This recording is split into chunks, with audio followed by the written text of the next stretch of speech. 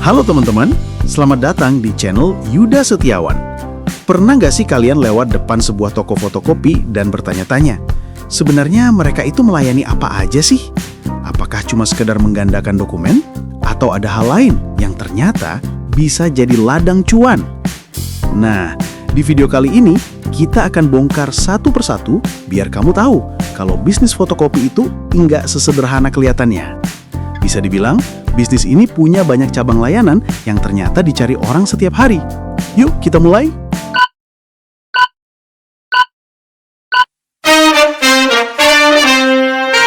Pertama, tentu saja ada fotokopi hitam putih.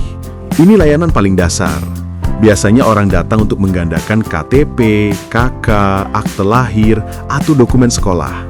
Kedengarannya sepele, tapi justru ini yang bikin toko fotokopi nggak pernah sepi. Selain itu, ada juga fotokopi warna.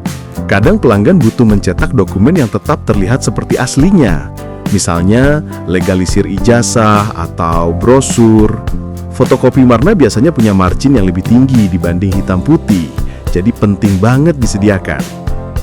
Lanjut, ada print dari file. Nah, ini yang paling sering dipakai anak sekolah, mahasiswa, bahkan pekerja kantoran. Mereka tinggal kirim file lewat WhatsApp atau email dan kita cetak sesuai permintaan. Dari tugas sekolah, skripsi, sampai laporan kerja, semuanya bisa dicetak di toko fotokopi. Dan jangan lupa, print warna untuk brosur, poster, atau flyer. UMKM sering banget butuh ini untuk promosi. Dan kalau hasilnya bagus, mereka bisa jadi pelanggan tetap kita.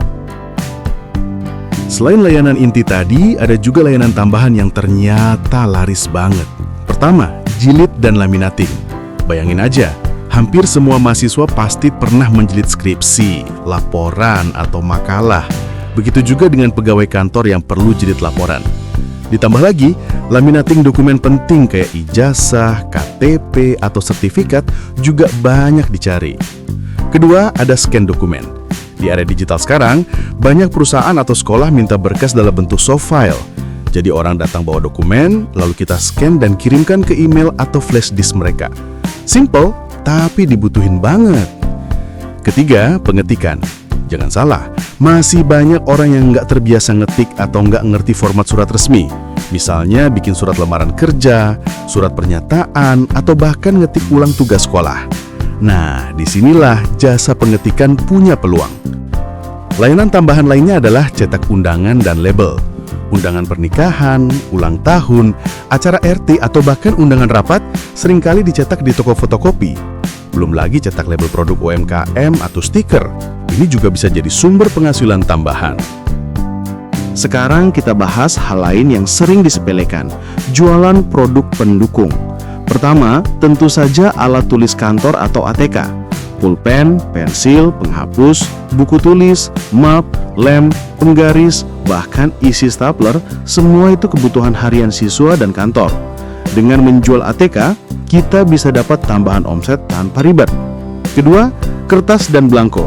Banyak orang datang hanya untuk beli kertas HVS, kertas foto, atau belangko kosong untuk surat resmi. Kalau kita sediain, otomatis mereka nggak usah jauh-jauh ke toko lain.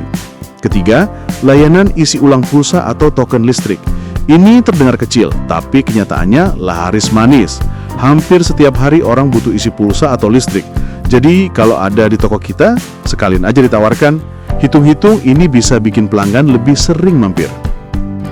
Sekarang pertanyaannya, gimana caranya supaya bisnis fotokopi bisa lebih laku dan dicari banyak orang?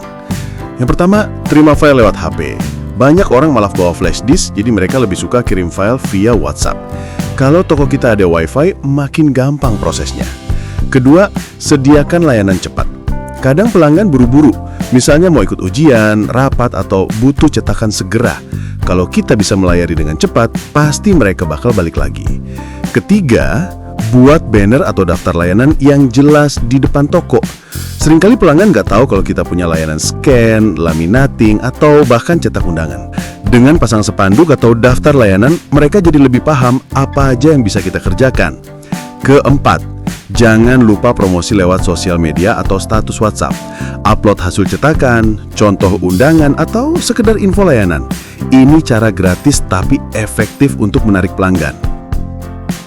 Ngomong-ngomong soal bisnis fotokopi, ada beberapa fakta menarik yang mungkin belum banyak orang tahu. Fakta pertama, ternyata bisnis fotokopi adalah salah satu usaha kecil yang nyaris nggak ada matinya. Kenapa? Karena kebutuhan cetak dokumen itu selalu ada, mulai dari anak SD, mahasiswa, sampai pegawai kantor. Bahkan di era serba digital sekarang pun, banyak instansi masih minta dokumen fisik untuk syarat administrasi. Fakta kedua, margin keuntungan dari fotokopi sebenarnya cukup besar. Bayangin aja, biaya fotokopi satu lembar hitam putih bisa cuma 100–200 rupiah, tapi dijual ke pelanggan 1.000 rupiah. Kalau sehari bisa melayani ratusan lembar, tinggal dikalikan aja. Fakta ketiga, toko fotokopi bukan cuma tempat orang cetak dokumen, tapi juga jadi satu pintu solusi. Dari isi pulsa, beli alat tulis, sampai minta tolong ketikin surat. Artinya, semakin lengkap layanan kita, semakin besar peluang pelanggan balik lagi. Dan fakta keempat, tren di tahun 2025 ini, banyak bisnis fotokopi mulai menggabungkan layanan digital. Misalnya menerima desain online, cetak via WhatsApp, sampai bikin jasa desain sederhana untuk UMKM. Jadi bukan cuma fotokopi biasa, tapi berkembang jadi percetakan mini yang modern.